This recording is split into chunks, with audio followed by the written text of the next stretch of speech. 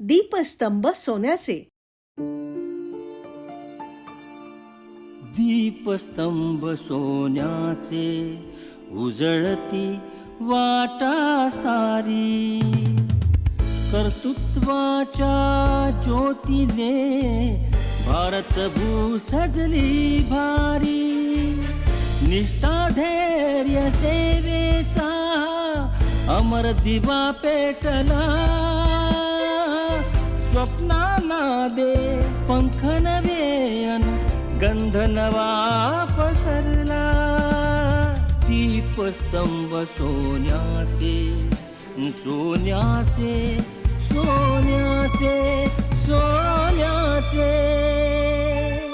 दीपस्तंभ सोन्याचे या कार्यक्रमातले आजच्या भागाचे मानकरी आहेत श्री विजय जोशी. एक नाव जे केवळ प्रशासनापुरतं मर्यादित नाही तर समाज परिवर्तनाचंही प्रतीक आहे. 1995 मध्ये तहसीलदार म्हणून सुरुवात करून त्यांनी आपल्या प्रामाणिकपणा, कर्तव्यनिष्ठा आणि दूरदृष्टीच्या जोरावर अनेक महत्त्वाची पदं भूषवली. उपजिल्हाधिकारी, उपायुक्त, प्रांत अधिकारी, निवासी उपजिल्हाधिकारी अशा विविध जबाबदाऱ्या त्यांनी समर्थपणे पार पाडल्या.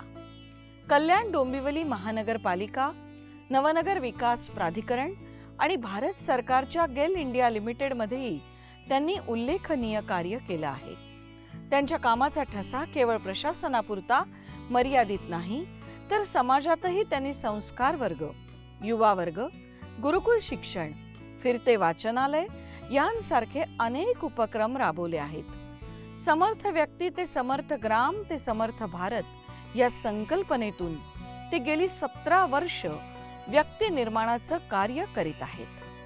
त्यांच्या कार्याची दखल घेऊन शासनासह ग्राहक पंचायत यांनी त्यांना गौरवलं आहे. आज ते अमृत संस्थेचे व्यवस्थापकीय संचालक म्हणून कार्यरत असून त्यांचं कार्य प्रत्येकासाठी प्रेरणादायी आहे. माननीय विजय जोशी यांच्या कार्याला आमचा मानाचा मुजरा. नमस्कार. दीपस्तंभ सोन्याचे ह्या कार्यक्रमात मी डॉक्टर अरुंधती भालेराव आपल्या सगळ्यांचं मनापासून स्वागत करते. आपल्याला कल्पना आहे ह्या कार्यक्रमाच्या माध्यमातून विविध क्षेत्रात अतिशय उत्तम काम करणाऱ्या प्रशासकीय अधिकाऱ्यांशी मी गप्पा मारत असते, त्यांचा प्रवास जाणून घेत असते आणि तो प्रवास संघर्षाचा असतो, जिद्दीचा असतो. या सगळ्या मुलाखतींच्या माध्यमातून आपल्याला प्रेरणा मिळावी हा एवढाच उद्देश आहे. मंडळी, एक मुलगा शाळेत जायचा, गावातल्या शाळेत जायचा. शिक्षक नेहमी म्हणायचे, जर देश बदलवायचा असेल तर आधी स्वतःला घडवा. हे वाक्य या मुलाच्या मनात सतत कोरलं गेलं. पुढे शिक्षण घेतल्यानंतर, प्रशासनात आल्यानंतर सुद्धा स्वतःच्या पदाचा अधिकार गाजवण्यापेक्षा समाजामध्ये बदल घडवून आणण्यासाठी समाजातल्या लोकांना आपल्या बरोबर घेताना राष्ट्रभक्त म्हणून अतिशय जिद्दीनं काम केलं. ते करत असताना संस्कार दिले, गावं बदलली आणि अफाट कार्य कर्तृत्व करत आज ते अमृतचे व्यवस्थापकीय संचालक आहेत. मी बोलतेय माननीय विजय जोशी सर यांच्याबद्दल. त्यांनी समाजामध्ये वावरत असताना संस्कार तर दिलेच, पण स्वतःच्या पदाचा गैरवापर न करता त्याचा उपयोग समाजामध्ये चांगली मूल्य पेरण्यासाठी केला. कसा आहे त्यांचा प्रवास जाणून घेऊया त्यांच्याकडून. मारूया त्यांच्याशी मनमोकळ्या गप्पा. मी आमंत्रित करते अमृतचे व्यवस्थापकीय संचालक माननीय विजय जोशी यांना. सर नमस्कार. नमस्कार. स्टुडिओमध्ये आपलं मनापासून स्वागत. कसे आहात सर? मस्त मजेत. बसा. मंडळी, एका व्यक्तीने जर इच्छा दाखवली तर ती देश बदलण्याचं स्वप्न बघू शकते, समाजातल्या लोकांना बदलण्याचं स्वप्न बघू शकते. असे विजय जोशी प्रत्येकामध्ये आहेत. फक्त त्या विजय जोशींचा, आतल्या विजय जोशींचा आपण शोध घेतला पाहिजे. हे विजय जोशी कसे आहेत, कसा आहे त्यांचा सगळा प्रवास, त्यांचा संघर्ष, चला जाणून घेऊया त्यांच्याकडून. सर नमस्कार. नमस्कार. स्टुडिओमध्ये मनापासून आपलं स्वागत. धन्यवाद. तुम्ही तहसीलदार म्हणून सुरुवात केली तुमच्या कार्याला. तुमचा प्रशासनातला जो अनुभव होता तो कशा पद्धतीचा होता तो ऐकायला आवडेलच, पण तत्पूर्वी तुमचं गाव कुठलं तुमच्या घरातलं वातावरण कसं होतं, शालेय महाविद्यालयीन जीवन कसं होतं, हे थोडक्यात ऐकायला आवडेल. मी प्रॉपर कराड, सातारा जिल्ह्याचा. हं. आणि लहानपणाचा प्रवास थोडा गरिबीमध्ये गेला. घरातलं वातावरण असं होतं, की काहीतरी आपण स्वतःला सावरून देशासाठी, दुसऱ्यांसाठी, समाजासाठी करावं, अशी शिकवण लहानपणापासूनच आम्हाला मिळत होती. तो मुद्दा डोक्यात होता. 12वी नंतर त्यावेळेला गव्हर्नमेंट इंजिनिअरिंग कॉलेजमध्ये फक्त गव्हर्नमेंट इंजिनिअरिंग कॉलेज होते. गव्हर्नमेंट इंजिनिअरिंग कॉलेज, वालचंद कॉलेजला आम्हाला ॲडमिशन मिळाली. इंजिनिअरिंग नंतर मग आम्ही प्रॅक्टिकली कॉन्ट्रॅक्टर, लेक्चरर म्हणून काम केलं. त्यावेळेला लक्षात आलं, की आपल्याला समाजामध्ये काही वेगळं छान काम करायचं असेल, तर प्रशासनामध्ये गेलं पाहिजे. हं. मग आम्ही 93ला परीक्षा दिली. पहिल्या अटेम्प्टमध्ये आमचं सिलेक्शन झालं आणि 95 पासून आम्ही तहसीलदार म्हणून कामाला लागलो. 3-3.5 वर्षभरामध्ये लगेच आमचं प्रमोशन झालं उपजिल्हाधिकारी म्हणून. आणि त्यानंतर मग माझ्या वेगळ्या पद्धतीच्या कामाला मी सुरुवात केली. वेगळ्या पद्धतीच्या म्हणजे कशा? मला नेहमी असं वाटत असतं, की ज्यावेळेला आपण काम करतो, हं. प्रशासनाचं काम हे प्रशासन तर करणारच आहे. त्या व्यतिरिक्त जर मी अजून काही चांगल्या लोकांना घडवू शकलो, हं. काही चांगले मूल्य, काही चांगले विचार त्या लोकांना उद्योग उभा करून देणं किंवा इतर कुठल्याही माध्यमातून, तर माझं खरोखर काहीतरी माझ्या जीवनाला अर्थ आहे, असं मला लहानपणापासून वाटायचं.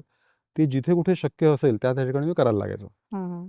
मग तो परिवर्तन जिथे कुठे शक्य आहे त्या ठिकाणी परिवर्तन करणं, काहीतरी नवीन गोष्टी करणं, हे काम करायला सुरुवात केली.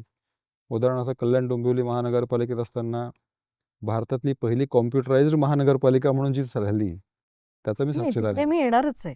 तुम्ही कल्याण डोंबिवली परिसरामध्ये सुद्धा काम केलं, प्रशासनामध्ये होतात. काय बदल तुम्ही त्यावेळेला तुम्ही असताना केलेत? जिथे कुठे काही अडचण आहे असं मला वाटायला लागलं, त्या ठिकाणी मी जायचो. उदाहरणार्थ कॉम्प्युटरायझेशनची आवश्यकता आहे असं आम्हाला त्यावेळेचे आमचे आयुक्त सरांनी सांगितलं, हं. तर त्या कामामध्ये मी झोकून दिलं. काही वेळेला माझ्याकडे त्या आले होते, की ग्रंथालय जे आहे कल्याण डोंबिवलीचं, ते 10 ते 6 चालते. अच्छा. परंतु कल्याण डोंबिवलीपासून लोकल ट्रेनवरनं मुंबईला किंवा इतरत्र जाणारे लोक हे सकाळी लवकर जातात आणि संध्याकाळी उशिरा येतात. हं, हं. ज्यावेळेला ते जातात त्यानंतर लायब्ररी उघडी ठेवायचं आणि ते येतात त्यावेळेला बंद ठेवायचं, याला अर्थ नाही आहे. अर्थ नाही. मग ते टायमिंग बदलणं, की तुमची आपली लायब्ररी ही सकाळच्या वेळेला चालू पाहिजे आणि संध्याकाळी चालू पाहिजे, दिवसभरामध्ये चालू ठेवण्याचा अर्थ नाही आहे. त्याच ठिकाणी मग लायब्ररीमध्ये MPSC, UPSCचा अभ्यास करण्याकरता स्टडी रूम तयार करणं, हं, जेवढी जागा आहे त्या ठिकाणी मग त्यांना वेगवेगळ्या वेळा वाटून देणे, हं, हं. असे लहान सहान गोष्टी. मी काही लॉ ग्रॅज्युएट नाही आहे, परंतु लॉ डिपार्टमेंटमध्ये जे काही आमूलाग्र बदल केले त्यावेळेला, हं, हं. त्याचा सुद्धा खूप मोठा परिणाम तिथे झाला होता. तुम्ही सिंधुदुर्ग, ठाणे या परिसरासाठी सुद्धा काम केलं. हो. कुठल्या प्रकारचं काम तुम्ही केलं आणि तिथे कसा अनुभव निवासी होता? उपजिल्हाधिकारी म्हणून होतो. अच्छा. निवासी उपजिल्हाधिकारी म्हणून काम करत असताना कामाची जबाबदारी भरपूर असतेच. पण शनिवार, रविवारी सुट्टीच्या दिवशी हे माझ्या हक्काचे दिवस असल्यामुळे हं. शुक्रवारी संध्याकाळनंतर शनिवार, रविवार हे मी ग्रामीण भागामध्ये, तालुक्यामध्ये जायचो. त्या ठिकाणच्या लोकांना, तिथल्या मुलांना भेटायचं. त्यांच्याबरोबर भेटायचं, त्यांच्याबरोबर बसायचं, खेळ घ्यायचे. मग त्या हळूहळू करता करता त्या ठिकाणी संस्कार वर्ग सुरू झालेत. तुम्ही स्वतः घेत होता हो, ते मी स्वतः सगळं? घेत होतो आणि घेणाऱ्या लोकांना तयार करायला लागलो. किती छान. असं घेता घेता मग मला वाटते 200-250 पेक्षा जास्त संस्कार वर्ग त्या आदिवासी बेल्टमध्ये सुरू करण्यात आले होते. मी काही संख्या मोजत गेलो नाही, कारण एक दुसऱ्याला शिकवायचा, दुसरा तिसऱ्याला शिकवायचा, अशा पद्धतीनं ते वाढत चेन गेलं. तयार होत गेली. त्यामुळे ठाण्यामध्ये त्या परिसरामध्ये बऱ्यापैकी काम चांगलं झालं होतं. आणि मोजणं आणि मला किती संख्या आहे सांगण्यामध्ये मला इंटरेस्ट नव्हता. मला व्यक्ती घडवणं याच्यामध्ये इंटरेस्ट होता. तर त्या पद्धतीनं अनेकांना मी शिकवलं. काही जण मग उद्योजक झालेत, काही जण राजकारणामध्ये गेलेत, हं. काही जण दुसरे कुठे नोकरीला गेलेत. परंतु त्यांची विचार करण्याची पद्धत आणि मी सुधारलोय, आमचं गाव पण सुधारावं, माझं गाव आदर्श बनावं. मग समर्थग्राम कसं बनलं पाहिजे, मग समर्थग्रामच्या माध्यमातून समर्थ भारत कसा बनवता येईल, ही एक विचारधारा त्यांच्यामध्ये मी तयार करू शकलो. ज्यावेळेला मी सिंधुदुर्गला गेलो, हां. त्यावेळेला मला असं सांगितलं, की तुम्ही जे काय काम करताय ते बाहेरच्या लोकांना काम करताय, परंतु प्रशासनातल्या लोकांना काही का सुरू करत नाही.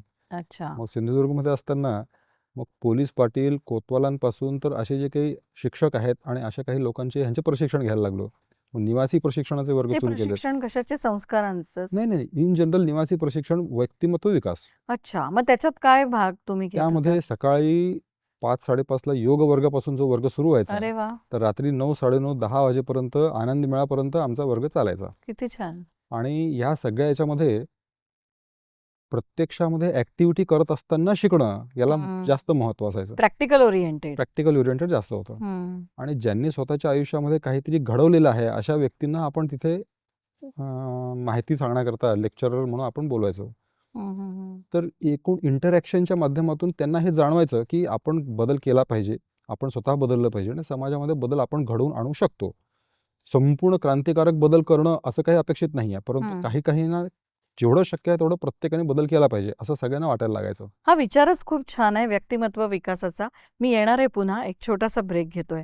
म्हणजे आपण आत्ताच जोशी सरांकडनं ऐकत होतो की कृतीयुक्त शिक्षण किती महत्वाचं आहे, कारण व्यक्तिमत्व विकास अभ्यासा इतकाच महत्वाचं आहे. हे रुजवण्याचं फार मोठं काम त्यांनी केलं. कुठेही जाऊ नका, बघत रहा. इम्पेरेटिव्ह बिझनेस व्हेंचर्स लिमिटेड प्रस्तुत दीपस्तंभ सोन्याचे. दीपस्तंभ सोन्याचे. ब्रेक नंतर पुन्हा एकदा आपलं मनापासून स्वागत. आपण गप्पा मारतो आहोत अमृतचे व्यवस्थापकीय संचालक माननीय विजय जोशी यांच्याशी.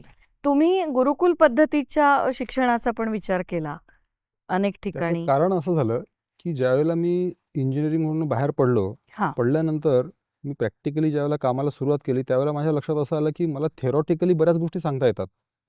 खूप छान मी पेपर लिहू शकतो, फर्स्ट क्लास विथ डिस्टिंक्शनमध्ये मी पास झालेलो आहे. परंतु ज्यावेळेला प्रॅक्टिकल जीवनामध्ये ते ज्ञान उतरवायचं असेल तर मला ब्रिज बांधता येत नव्हतं, डॅम बांधता येत नाही, रस्ता बांधता येत नाही. बिल्डिंग बांधत असताना माझ्यापेक्षा शहाणा तो गवंडी होता जो मला शिकवायचा कसं केलं शिकवत पाहिजे. होता. म्हणजे याचा अर्थ मी थेरॉटिकल जे शिकलेलं आहे ते कुठेतरी कमी पडते प्रॅक्टिकल युटिलायझेशनसाठी. मग याचा अर्थ शिक्षण पद्धतीमध्ये काही बदल करता यायला पाहिजे का, हा विचार सुरू झाला. मग पूर्वीच्या काळी भारतीय परंपरेमध्ये जी गुरुकुल पद्धती होती त्याचा मी अभ्यास करायला सुरुवात केली. त्यावेळेला हे लक्षात आलं की चाणक्य यांनी तक्षशिलेमध्ये ज्या पद्धतीनं शिक्षण घेतलं असेल त्या पद्धतीचं शिक्षण आपण का देऊ शकलो नाही. बरोबर. मग त्यावेळेला मी विचार करायला लागलो जपानमध्ये, इस्रायलमध्ये ज्या कुठल्या पद्धतीचं शिक्षण ते देत आहेत, इतक्या कमी कालावधीमध्ये जपान कुठे गेला. मग त्याच्या पाठीमागे त्यांनी काय अभ्यास केला असेल. मग असं असेल तर मग भारतामध्ये आपण काही करू शकतो का, शासकीय पद्धतीमध्ये करू शकत नाहीत तर मी वैयक्तिक पातळीवर काही करू शकतो का, याचा विचार नंतर सुरू झाला. आणि हे विचार मी अनेक ठिकाणी मांडायला लागलो. मग तो विषय पुढे जाऊन गुरुकुल ह्या विषयाला जाऊन जोडला गेला. कृतीयुक्त शिक्षणावर त्या भर. पद्धतीनं आपण शिक्षण द्यावं या संदर्भात मी अनेकांशी बोललो. अनेकांना खूप कल्पना आवडली. मग नंतर काही वर्षानंतर मला थांबावं लागलं, कारण कुठलंही गुरुकुल हे आचार्यांच्या नावाने ओळखलं जाते. द्रोणाचार्यांचं गुरुकुल, संदीपनी ऋषींचं गुरुकुल. आता आचार्य कोण आहेत, मग गुरुकुल कसं सुरू होणार. तिथं माझा प्रवास थांबला. अच्छा. परंतु अजूनही माझ्या डोक्यात आहे निश्चितपणे एक नाही तर एक चांगले टीचरांचा ग्रुप तयार करून गुरुकुल शिक्षकांचा शिक्षण एक सम- पद्धतीचं आपण नवीन प्रशिक्षण देऊ शकलो तर खरोखरच चांगलं होईल. आता ते भविष्यामध्ये कशा पद्धतीचा मार्ग मिळतो बघूया. मला असं वाटतं प्रत्येक ठिकाणी रिसर्च करणं, फक्त एज्युकेशन नाही घेतलं तुम्ही, तर प्रत्येक गोष्टीच्या मुळाशी जाऊन त्याचा शोध हो घेतला, हो हो संशोधन केलं असं म्हणायला हरकत नाही. तुम्ही अमृतचे व्यवस्थापकीय संचालक आहात. आम्ही असं ऐकलंय की अमृतचे 130च्या वर उपक्रम आहेत आणि 1200 लोक त्याचे लाभार्थी आहेत. हे अमृत नक्की काय आहे, ते नक्की काय करतं, जाणून घ्यायचंय. अमृत ही महाराष्ट्र शासनाची स्वायत्त संस्था आहे. ज्या जातींना, ज्या खुल्या प्रवर्गातील जातींना कुठल्याही संस्था, महामंडळ, आयोग इत्यादींकडनं योजनांचा लाभ मिळत नाही अशा जातींना फायदा देण्यासाठी म्हणून अमृत या संस्थेची स्थापना महाराष्ट्र शासनाने केलेली आहे. त्याचं मुख्यालय पुण्याला आहे. ज्या खुल्या प्रवर्गातील जातींना इतर कुठल्याही संस्था, आयोग, महामंडळ यांच्या योजनांचा लाभ मिळत नाही अशा खुल्या प्रवर्गातील जातीतील आर्थिकदृष्ट्या दुर्बल घटकांसाठी त्यांच्या सर्वांगीण विकासासाठी ही काम करते. आणि हे काम करत असताना सर्वांगीण विकास म्हणजे त्याच्यात सर्व मुद्द्यांचा समावेश झाला. मग हे मुद्दे लक्षात घेताना या अमृत संस्थेमार्फत कोणत्या प्रकारच्या योजना घ्याव्यात या संदर्भात प्रश्न उपस्थित झाला. मी ज्यावेळेला ह्याचा चार्ज घेतला त्यावेळेला या संदर्भात पॉलिसी डिसिजन घेणं आवश्यक होतं. अमृतचं मूळ नाव आहे महाराष्ट्र संशोधन उन्नती व प्रशिक्षण प्रबोधिनी. संशोधन कशाचं, या खुल्या प्रवर्गातील जातींना त्यांच्या उन्नतीसाठी अशा पद्धतीची अमृत नावाची संस्था स्थापन करण्याचं कारण काय घडलं की ज्यामुळे त्यांना अमृत संस्थेची स्थापना करावी लागली त्यांच्या उन्नतीसाठी. किती वर्षापूर्वी झाली ही स्थापना? ही 2019ला स्थापन झाली. अच्छा. मी 2023ला जॉईन झालो आणि त्यानंतर ह्या कामाला सुरुवात झाली. आणि मग या जातींच्या उन्नतीसाठी काय काय केलं पाहिजे याचं संशोधन, त्यासाठी जे वेगवेगळ्या योजना आखावे लागतात उपक्रम घ्यावे लागतील ते आखणे आणि त्याच्याकरता प्रशिक्षण घेणे. म्हणून संशोधन, उन्नती व प्रशिक्षण हे त्याचं काम. हं. मग हे जर संशोधन करत असताना एक लक्षात आलं, की मी जर यांच्यासाठी काही योजना राखायची असेल, तर मला महाराष्ट्रभर फिरावं लागेल. हो. त्यांची मतं समजून घ्यावी लागतील. त्यामुळे संपूर्ण महाराष्ट्राचा मी टूर केला. अनेकांना भेटलो. प्रत्येकाच्या घरी जाऊन, अनेकांच्या घरी जाऊन त्यांना भेटून, चर्चा करून, विशेषतः गृहिणींशी चर्चा केल्यानंतर मला त्यातले जास्त इन्साईट्स कळले. अच्छा. त्याचं कारण असं आहे, की त्यांना घरातल्या सगळ्यांबद्दलची सगळी माहिती त्यांना असते. मग मुलांबद्दल त्यांची अडचणी काय आहेत, भविष्य काय आहे, काय केलं पाहिजे, त्यांची काय मतं आहेत वगैरे. आणि त्याच्या आधारावर मग आम्ही अनेक योजना आणल्यात. हे आणत असताना अजून एक असं लक्षात आलं, की फक्त माझ्या अनुभवाच्या आधारावर योजना न आखता आपण थर्ड पार्टी कडून सुद्धा घेतलं पाहिजे. पण काय योजना आहेत साधारण? योजनांचे प्रकार अनेक आहेत. आम्ही काय केलं, की एक टेंडरच काढलं आणि त्यांना आम्ही सिम्बॉयसिस इंटरनॅशनलला हे हं. काम दिलं. Symbiosis institute of management studies यांनी संपूर्ण महाराष्ट्राचा सर्व्हे केला. सॅम्पल सर्व्हेमध्ये त्यांच्या लक्षात आलं, की या लक्षित गटासाठी कोणत्या प्रकारच्या योजना घेणं चांगलं आहे. मग त्यामध्ये त्यांनी असं सुचवलं, की MPSC, UPSC स्पर्धा परीक्षांसाठीच्या काही योजना ज्या इतर संस्था पण करतात, त्या पण योजना आमच्याकडे आहेत. परंतु विशेषतः ह्या जातीच्या लोकांसाठी एक स्वावलंबी होण्यासाठी म्हणून वेगवेगळे उपक्रम घ्यावेत, हं. असं त्यांनी सुचवलं. विशेषतः लघु उद्योजक घडवणे याच्यावर आम्ही हो. सगळ्यात जास्त भर स्मॉल दिला. स्केल इंडस्ट्रीसाठी. Small scale industries. कारण चकल्या, चिवडा, लाडूपासून तर अनेक लहान-सहान उद्योग करणारे ह्या घटकामध्ये लोकं आहेत. म्हणजे सिंधी, बचत मारवाडी. गटाचं ज्या पद्धतीचं काम बचत चालतं. गट बचत गट हे अनेक जणांनी मिळून बनवल्या गेलेलं आहे. हां. परंतु अनेक आमच्या लक्षित गटातील असे अनेक लोकं आहेत, की जे वैयक्तिकरित्या स्वतःच्या घरात ते बनवतात किंवा 4 ओके. जण एकत्र येऊन पण बनवतात. अच्छा. मग कुठलाही लहान-सहान उद्योग असेल. मग त्यांना आम्ही प्रशिक्षण द्यायला सुरुवात केली. आम्ही असं ठरवलं होतं मागच्या वेळेला, की 12,000 नवयुवकांना उद्योजक बनवावं. हं. फार मोठं, प्रचंड मोठं उद्दिष्ट होतं. नंतर लक्षात आलं, की फारच जास्त झालं म्हणून. पण ते 19 उद्दिष्ट वर्ष काय होतं जाणून घेणार आहोत. पण एक ब्रेक घेतोय आपण. मंडळी कुठेही जाऊ नका. बघत रहा इम्पेरेटिव्ह बिझनेस व्हेंचर्स लिमिटेड प्रस्तुत दीपस्तंभ सोन्याचे. दीपस्तंभ सोन्याचे. ब्रेक नंतर आपल्या सगळ्यांचं पुन्हा एकदा मनापासून स्वागत. आपण गप्पा मारतो आहोत अमृतचे व्यवस्थापकीय संचालक माननीय विजय जोशी सर यांच्याशी. याच्या मागचे उद्दिष्ट काय नक्की? आपल्या अमृतच्या लक्षित गटातील लोकांना नोकऱ्या पाहिजेत असं म्हणणारे लोक आहेत.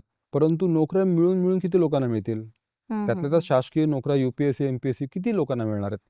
लाखो लोकांच्या कंपॅरिझनमध्ये हे हजारांमध्ये असेल. उरलेल्या लोकांनी काय करायचं? खाजगी नोकऱ्या त्या तरी किती मिळणार आहेत? शेवटी स्वतःचा उद्योग सुरू करण्याशिवाय पर्याय नाही आहे. आणि सुपर पॉवर भारताला बनवायचं असेल, तर आपल्याला विकसित भारतासाठी GDP वाढवण्यासाठी असे नवीन उद्योजक घडवणं हे आवश्यक आहे. आणि तुम्ही तुमचे मालक व्हा. स्वतःचे मालक स्वतः होऊ शकतात. हो ना. त्यामुळे ही गोष्ट लक्षात घेऊन लघु उद्योजक घडवण्याकरता आम्ही अनेक प्रकारच्या योजना सुरू केल्यात. हं.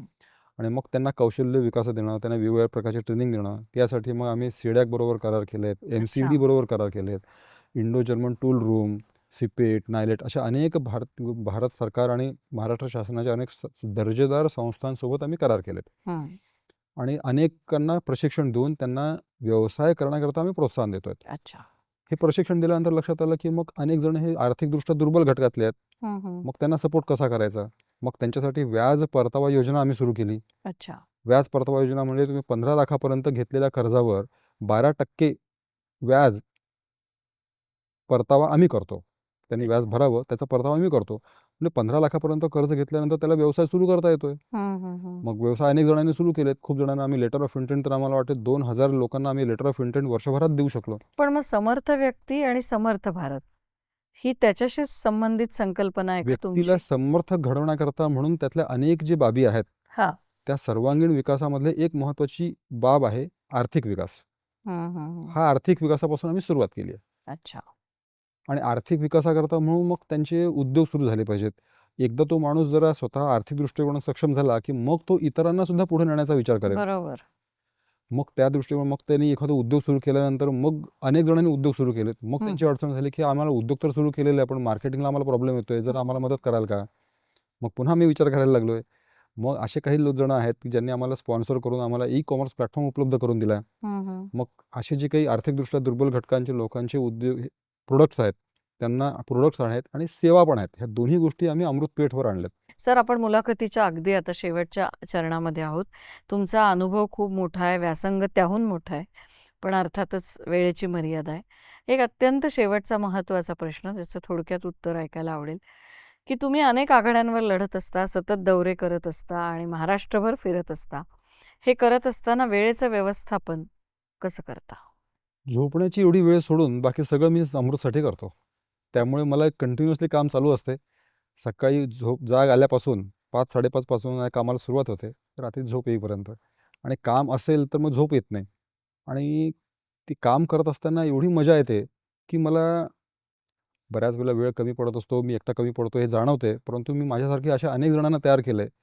ते माझे हात आहेत, पाय आहेत. त्यामुळे वेळेचं तुम्ही व्यवस्थापन होऊ समृद्ध शकतंय. टीम तयार केली आहे. टीम तयार केली आहे. तरुणांना काय संदेश द्यायला आवडेल? समर्थ भारत घडवायचं असेल तर समर्थ व्यक्तींना घडवलं पाहिजे. आणि अनेक समर्थ व्यक्तींना घडवल्यानंतर समर्थ ग्राम किंवा समर्थ नगर तयार होईल. हां. आणि त्यासाठी प्रत्येकाने, युवकांनी जास्तीत जास्त जेवढं शक्य आहे तेवढं व्यक्ती निर्माणाच्या कामाला त्यांनी वाहून घ्यावं. खूप छान वाटलं तुम्हाला भेटून. अमृतच्या सगळ्या भविष्यातल्या उपक्रमांसाठी, प्रकल्पांसाठी आमच्या खूप खूप शुभेच्छा. आणि तुमच्या हातून असंच राष्ट्रहिताचं काम घडू दे, अशी विधात्याला प्रार्थना करते आणि आपली रजा घेते. धन्यवाद. धन्यवाद. मंडळी, हे होते अमृतचे विजय जोशी सर. मुळात ही कल्पनाच किती छान आहे ना, की फक्त स्वतःचा विकास न करता व्यक्तिमत्व विकास घडवताना समाजातल्या प्रत्येक व्यक्तीला प्रगल्भ होण्यासाठी प्रत्येकाने धडपडलं पाहिजे. एक व्यक्ती जेव्हा दुसऱ्या व्यक्तीला प्रगल्भ करते, तेव्हा ती व्यक्ती आणखीन दुसऱ्या व्यक्तीला प्रगल्भ करते आणि अशा प्रकारची ही शृंखला तयार होऊन एक समर्थ, सशक्त भारत तयार होण्यासाठी मदत होईल. नक्की आजची मुलाखत तुम्हाला आवडली असेल, खात्री आहे आम्हाला. तुमच्या प्रतिक्रिया आम्हाला जरूर कळवा. बघत रहा प्रत्येक शनिवारी रात्री 8:30 वाजता, रविवारी सकाळी 8 वाजता आणि सोमवारी दुपारी 2 वाजता. इम्पेरेटिव्ह बिझनेस व्हेंचर्स लिमिटेड प्रस्तुत दीपस्तंभ सोन्याचे. भेटूया पुढच्या शनिवारी. नमस्कार.